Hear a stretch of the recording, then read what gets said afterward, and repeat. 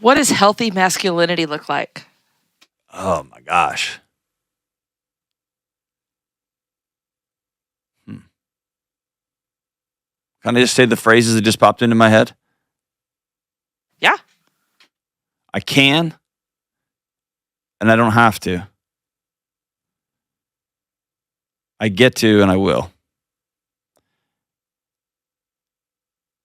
And I know when to fight, and I know when to provide, and I know when to love, and I know when to lay it all down. And masculinity is knowing when. Can you give me an example of the I get to, all of those? We've never really talked about it on the show. We're going to lose some listeners on this one. That's okay. I spent like years... you said, no one's listening anymore. I spent years learning mixed martial arts so I never have to fight anybody. I can, and I won't. I just will walk away. And I grew up, my dad was a homicide detective. I grew up around guns, and I know how to handle guns so that I never get some fantasy about using them, right? I know how to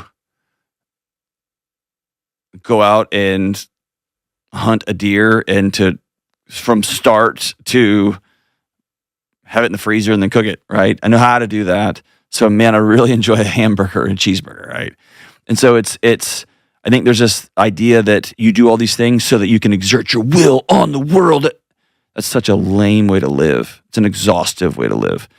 But also equally exhaustive is this new world where men are happy about the things they don't know how to do. I don't know how to do that. I would never want to do. That's insane too, right? That's just a little sliver of history. So I think this idea that I can, and because I can, I don't have to, is I think Jordan Peterson says, becoming terrifying so that I can be as gentle as possible. Because if you don't have that power and that strength that you know you can draw upon, if I didn't know I couldn't go get my family food if I needed to, then I become an anxious mess. You follow every political trend and you outsource every decision, everything, to everybody else, and you never have peace.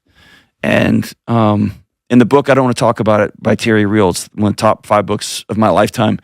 But he talks about going to meet a warring tribal chief, I think in Africa, and he noticed that they were overly affectionate with their sons, holding hands with their sons, hugging their sons, kissing their sons all the time. And he asked about the interplay between this war tribe and this affection, like which one is it? And the chief said something along the lines of, "It's both and. It's the mark of a true man is knowing when to do which." And I that always sat with me, like, that's it, right? I can, so I don't have to. And that to me is it. Love that. So how do you limit kids' access to social media when they're at school or with their friends? Because we've talked a lot about at home.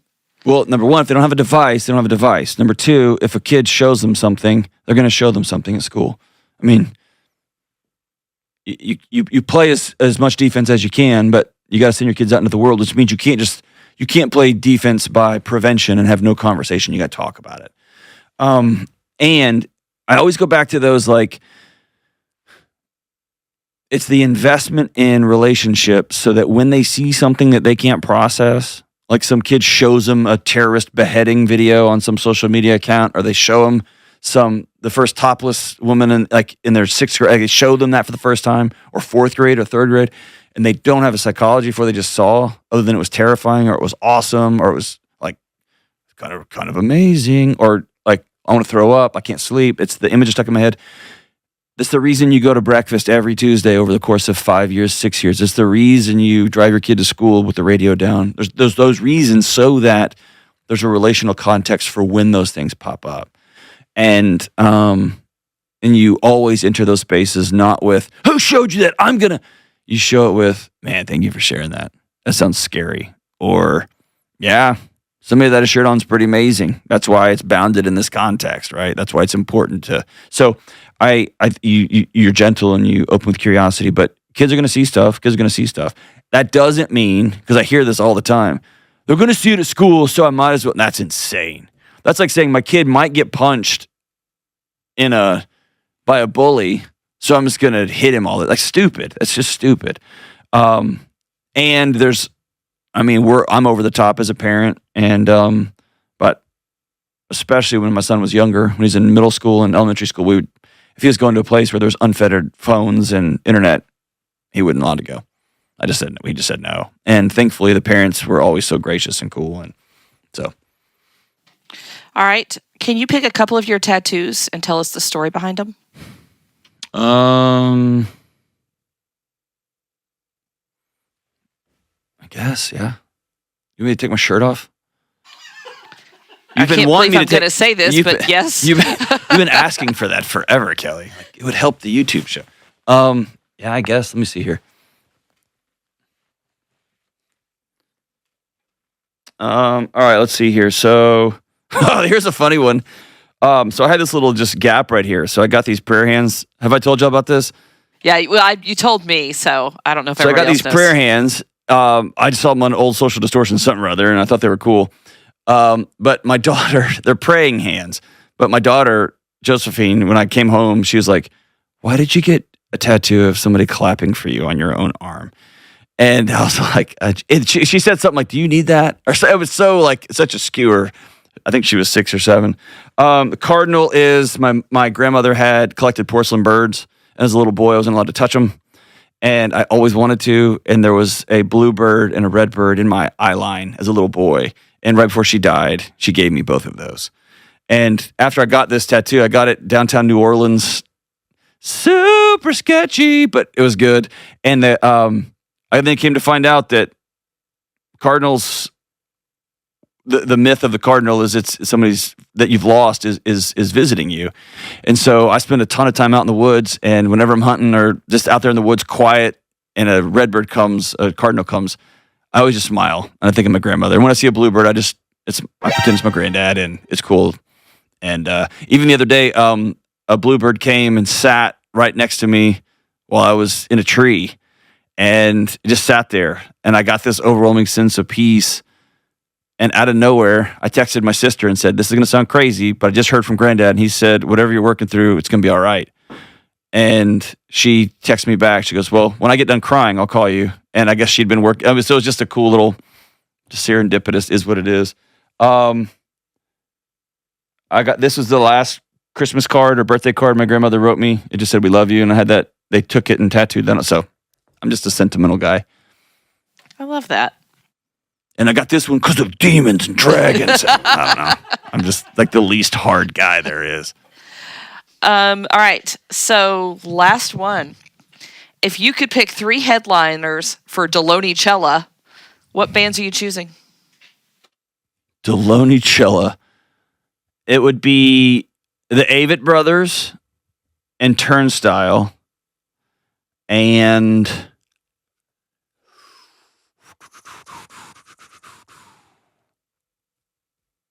My Weekly Low. That's our great choice. Great choice. Dumb button. No, I would not pick that band. I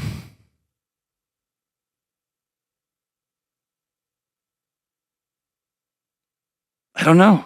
Who else would I pick? I don't know. I can't tell you that. Pantera? I'm trying to think. Yeah, I mean, OG, if I could bring him back from, right, two of them have you passed said, away. 92, Pantera. That would have been tough. Turnstile and the Avett Brothers could work. Pantera and the Avett Brothers would be a little bit of a stretch. Hey, it's your show. Be whoever it wants. It is my show. Yep. You know what else I would bring out? Like 85 Run DMC. I like that. 85 Run DMC and Licensed to Ill Beastie Boys. But they had already written Ill Communication, so they would play some of those songs even though that record wasn't out yet. And then the Avett Brothers would come on and shut the whole thing down. And God, can I just tell you this? Of all the concerts I've ever seen, in the top 5, which is a bold statement, Mumford & Sons absolutely annihilated the place that I saw them. It was 3 dudes, and they had like a couple of guys, like kind of on background instruments. I've never seen anything like it. Yeah, I've never seen them live, but I've heard they're amazing. It was something to behold how great it was. And so if they showed up as a surprise guest, that'd be kind of cool. I'm not even a huge Mumford & Sons fan. I just remember leaving being like, there's no way I just saw that. like 3 dudes come out or 4 dudes and just melt 16,000 people in this closed air basketball gym. It's pretty cool. But I love the Avett Brothers with all my heart, and Turnstile is just the best. They're the best live band out right now. So I don't know. Who would you have? Michael W. Smith for sure. Stephen Chris Chapman for sure. Let's just say no. Okay. It would probably be 92 Guns N' Roses. Mm-hmm. So the original lineup. So you'd have to go to church before and then after. Yeah. Actually, because 92 was the last time I saw them. So good. I saw them and Metallica same day at a festival. It's amazing. Anyway,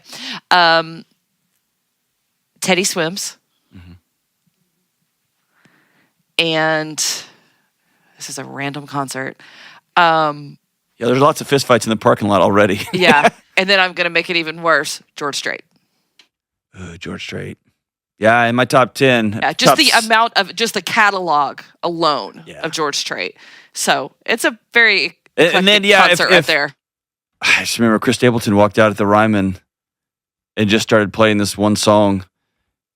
I've never heard an audience that quiet. It was like we were witnessing something very spiritual. One of my best concerts ever was Stapleton at the Ryman just a few years ago. It's unbelievable. Yeah, I had the chance to see him again at the big stadium here, and I was like, I'm good. I've seen him at the Ryman. I'm good. There's no way a human has that much talent and that much kindness. Like everyone talks about him in town, like he's the kind. If people would talk about me 1/4 of how nicely they talk about him, like he is just the greatest human being. Anyway, yes. Okay, so Turnstile would open. Who did I say? David Brothers, Turnstile, and then you Run DMC, Beastie Boys. You know who else would come out? A little. Early 2000s, late 90s, Counting Crows. Back when they were in their heyday. Back when the brothers were still both in the band. Gosh, they were amazing. Yeah, I got to see them in concert in... No, that's you're talking about Black Crows. Yes, I would love it. I want an All Birds concert. Counting Crows. I want the Counting Crows. Black Crows, and the Avett Brothers. That would be cool. There'd be lots of drugs at that show being used by you. Me, I'm sober, but she is not. Man. What's your favorite tattoo you have, and why? No. I have none. Literally 0. God, you lie, and you lie, and you lie. It's the truth's going to come out. We're in the age of the internets.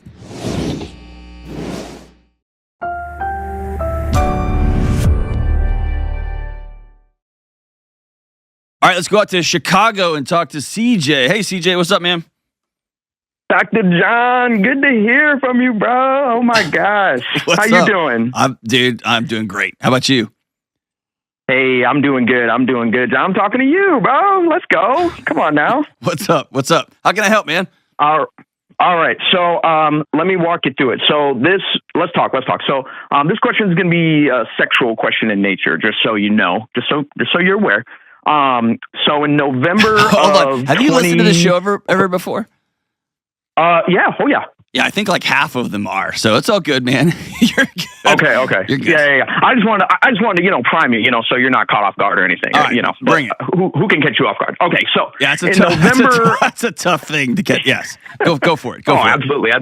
Okay. So November 2022, my wife and I got married. We were Christians and virgins when we got married, and that was great. But then what happened was we quickly found out once we were married that she suffers from a condition known as vaginismus. Yeah, of course, sure. And do you need me to kind of walk through what that is? You want to explain it? I know. Yeah, I'll say it's common, but it's. I'm trying to think. The last I looked, it's like 7 to 10% ish or so. It's a sexual pain disorder, right? Yeah.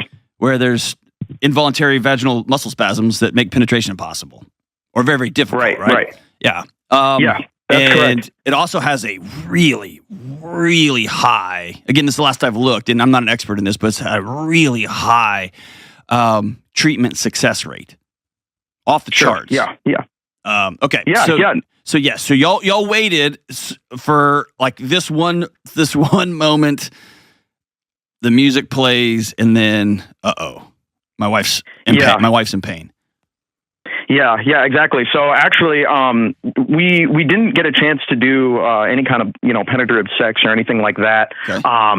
In kind of at the beginning, and actually, it took us kind of a few months to figure out what this condition actually is. But the result of that is we have not actually been able to have sexual intercourse the entirety of our marriage, John. So has she been seeking treatment?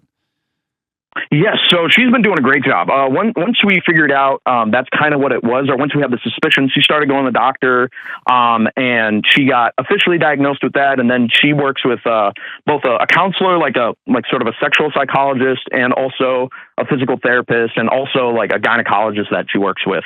So she has kind of the gauntlet of doctors that she's working with, which is great. Okay, but you're working on more than a year plus, right? Is there something a layer deeper here? Well, basically, John, my question for you that kind of leads us to now is that how can I be the best husband that I can be right now in this season while she's working through everything? Because, obviously I have my own sort of wants and desires, which are, I think perfectly natural and everything. I want to have, a full sexual relationship with my wife, but that's just not possible right now. And so, my question is, how can I learn to be a good husband, to support and encourage her in this season while also managing my own expectations in this time? Yeah, I mean, you're using really elevated, almost distant language as a way, and here's what it sounds like. It feels like, A, you're trying to protect yourself. A, you never, ever, ever, ever, ever want to talk bad about your wife, which I think is noble and good. And you're trying to very carefully, in a very careful culture, say, like, I'm dying over here, man. I waited my whole life to have sex with one person, and I can't do it, and I'm going crazy. And I want you to know all three of those things are okay. All three of those, there's nothing wrong with you, dude. The only thing I would say is I think you're doing a pretty, well, I would call a heroic effort, but I don't mean you're being a hero. I'm saying what you're doing is you're doing something very difficult, which is trying to keep all of this disappointment and frustration at arm's length. Okay. And in a weird way,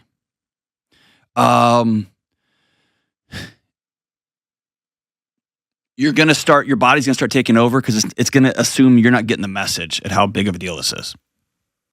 And you'll start feeling anxious. You'll start feeling unable to sleep. You'll start getting short and snappy, and it will start this weird dance between you and your wife. So let's put. Am I onto something right there? Yeah. I think so. I don't think I'm. It was harder in the beginning when we didn't know what it was, right? Sure. And when she wasn't seeking treatment. Hey, let's be honest. It doesn't happen night one. Doesn't happen night two. Doesn't happen on your whole honeymoon. Right. And you go to the bathroom and look in the mirror and go, oh no. Right? Yeah. You're not crazy. And you're not a bad guy for that. Okay? That's a scary, No, absolutely. What just happened? And imagine her. She's terrified too, right? Oh, sure. It's both. Here's the challenge. Are y'all sharing the grief here? Because here's the hard part about this. If any conversation you have, any frustration, any how are things going, turn into you being treated like you're accusing her. Let me put it this way. If she is feeling shame, guilt, fine. Because of course she wants to be a wife that has a wild, fun sexual relationship with her husband. Fair. If it turns into shame and then she blames you for it, and you have to be quiet. You're learning in year one of your marriage. I need to keep my feelings to myself and shove them down as far as they'll go. Then your marriage is going to crash. If she says, "Hey, I can't," like my for whatever reason, my body is terrified of having something from the outside come inside. Right? And it shuts the whole thing down. Is she able to go to the OBGYN? Yeah, I can't remember exactly if it was an OBGYN. I think it was the gynecologist? It was more like a gynecologist type thing. Yeah. That's what that is. Yeah.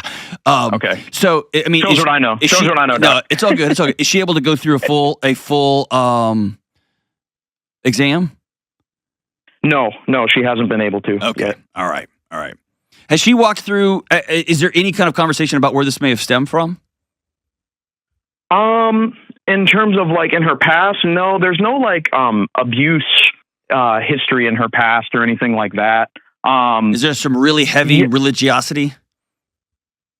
That could be the case. I mean, we both grew up, as Christians and, really valuing sex. But I think what the pivot is, I think in a lot of Christian culture is sex goes from like a thing that's pretty much bad to something that's great and awesome as soon as you get married. Right. And I think that's just a really hard like pivot to make, basically like literally overnight. Right. Well, and if it becomes your identity, I'm who I am because there's a thing I don't do.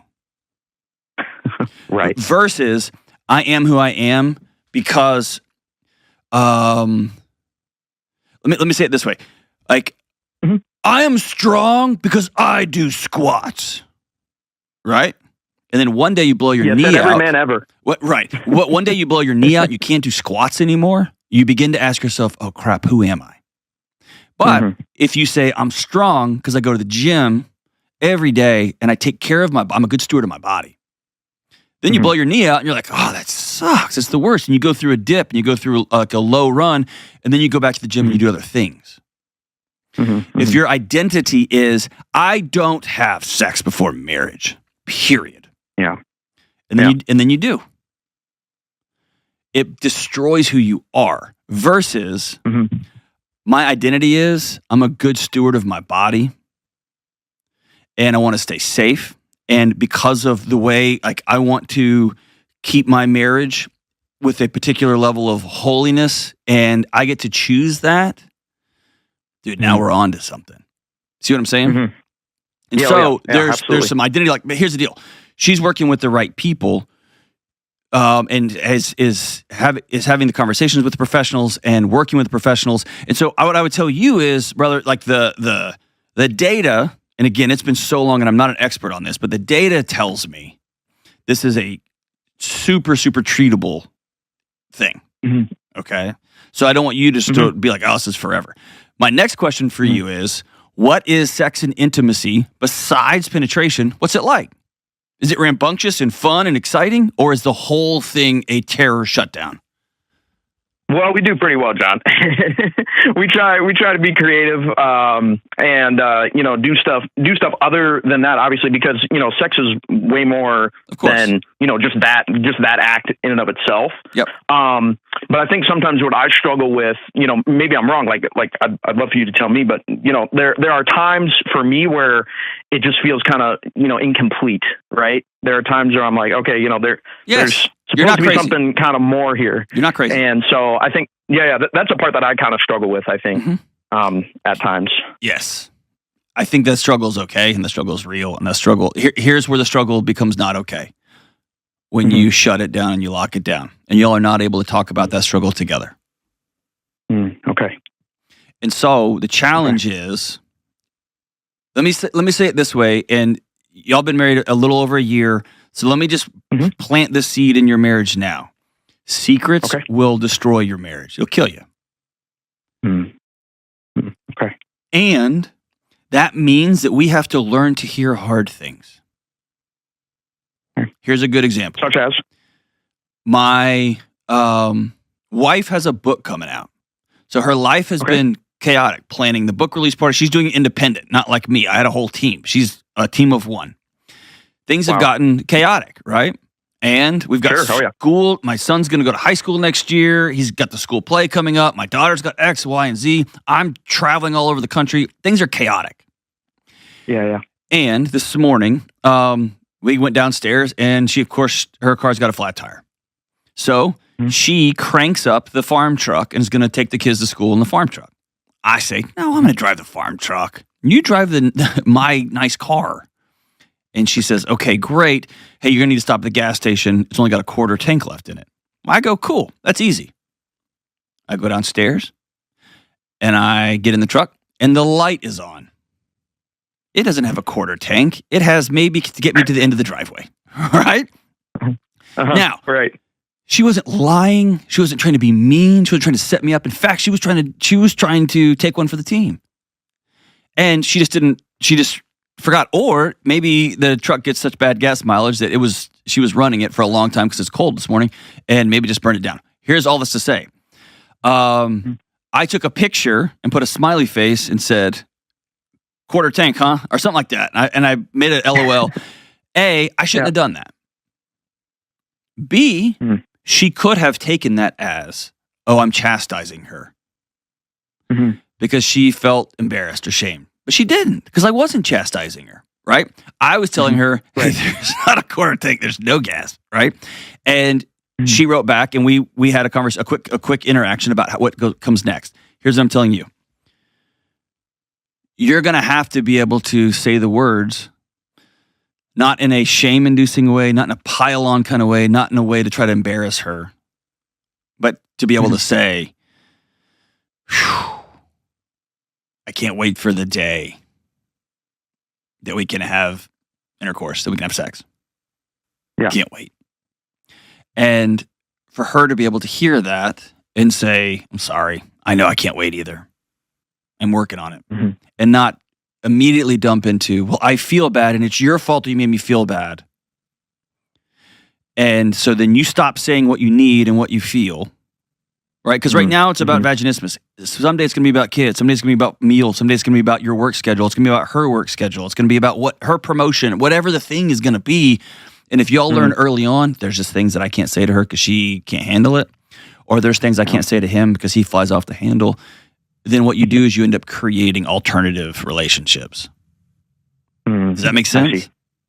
Oh, yeah. You end up, I see. You've heard me say this, but you end up 2 inches apart from each other on the couch, which are 2,000 miles away from each other. You're all very different people and had very different marriages. And so the goal is, how can I say some of these things out loud? So I'll ask you, how is she? How is she with the conversation? I think, again, it's gotten better knowing that there's a way out. Because it's like, at the beginning when we didn't know what it was definitely like, man, is this going to be forever? Right. Oh, yeah. Terrifying. Is this going to be like what it's going to be like? And then, started doing some digging as to, what symptoms are and everything. And then there's like a way out. And now, now that she's been going to, physical therapy, now that she's been doing all these things, it's like she's gotten a lot more comfortable with having the conversation, as you say, and really opening up to, what we want in the future and all these things. Is there and I'm not asking this in a gratuitous way, I'm asking this in an intimacy way. Sure. Are you able to participate in physical therapy? Are you able to participate in some of those conversations? When you say participate, go to physical therapy or counseling, like with her, or Yep. Yeah. Her counselor actually said just this last time she went that I'm welcome to come along with her as well. Is that something that I should be doing? 1,000%. Okay. Yes, because what the counselor's going to do is give you all some language that you can use for one another to combat both the anxiety and the phobia and the shame, and to be able to, okay, we're going to go slow. And maybe the first time you get halfway and you stop. Yeah. And how are you going to respond? I'm going to be disappointed and I'm going to be supportive. Both things are true at the same time. And I'm going to make sure that fill in the blank X and Y and Z. And here's our plan. Here's our exit strategy. Right. And, but yeah, I think that'd be amazing. And maybe you go to counseling and you just are quiet. And maybe you go to counseling and she has to turn and say, hey, I didn't tell you this about my childhood. And maybe she turns and looks at you and says, hey, I didn't tell you this. But who knows? But yes, I think if it's often a veiled invitation. Hey, the counselor said it'd be great if you want to come with me next time. That's her saying, would you please come? Sure. So yeah, I would definitely go. And I would put it out there. Anytime I can come to physical therapy, anytime I can come to any of those appointments, I'll do whatever I can to get out of work and come with you. Okay. The same as if this was rehab for a knee. The same as if this was she suddenly became incontinent for a while. Right? All the this is for better or worse, for sickness and health. I'm going to be right here with you.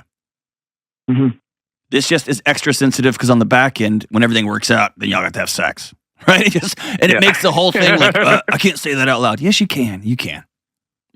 Yeah. Okay. I'll tell you, it's your spirit's impressive. I appreciate you because it sounds like you really honor and love this woman. Oh yeah. With all my heart, John. I mean, I've we all had a picture. We both had a picture of what we thought. We wanted things to be like in terms of sex and all that stuff, especially as Christians and virgins and stuff. And it just wasn't that. And so, to be on this journey, I guess a journey, I suppose you'd call it. It's been that nobody wants to go tough. on. Nobody wants this journey, right? Nobody wants this adventure. No, absolutely.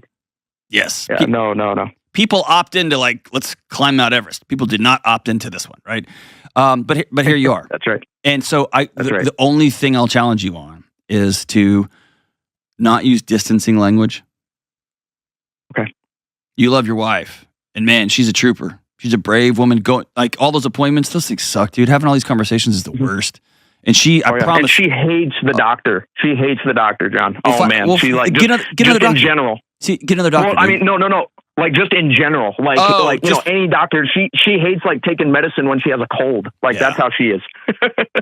And it sounds like, again, I don't want to be an armchair because we're 2 or 3 people removed here, but it sounds like that any foreign object entering your wife, whether it's a pill, whether it's you, whether it's anything, an OBGYN, whether it's a tampon, whatever it happens to be, her body says no. Right? Yeah, that's right. Her body says no. And so... Yeah, that's the hard thing, too, because at the beginning, I thought it was me. That's right. And it felt like a rejection of... It felt like a rejection of me, right? Yes. But, I CJ, know now that it's most not that. men never get over what you just said. So I'm proud of you. That you didn't make her pain all about you. Good for you. And, dude, you can be really disappointed that you're not having sex. That sucks. It just does, right? Yeah. Both things are true. I'm proud of you. Yeah. Keep walking with her. Keep holding her hand. As much as she is comfortable with you participating in any counseling, PT, any of that, accept that invitation and do whatever you can. But I want to challenge you both to create a world where can we say the disappointments out loud? Can we say our frustrations out loud? Can we say the things that break our heart and make us sad out loud? The same as we're going to say the wins out loud. I know married couples who, when somebody gets a big bonus, they can't even tell their spouse because the spouse gets jealous. How can we create a world where it's okay? And I know that when you say, "Did you like that meal?" You'd be like, "It still wasn't my favorite." Have we discussed what's the best way you want to hear news that's going to be hard for you to hear?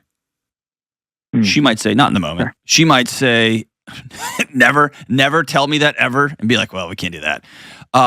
She may tell you, "Just give it to me, but just be kind about it. You don't have to be a jerk." Whatever the thing is, come up with that plan inside your home.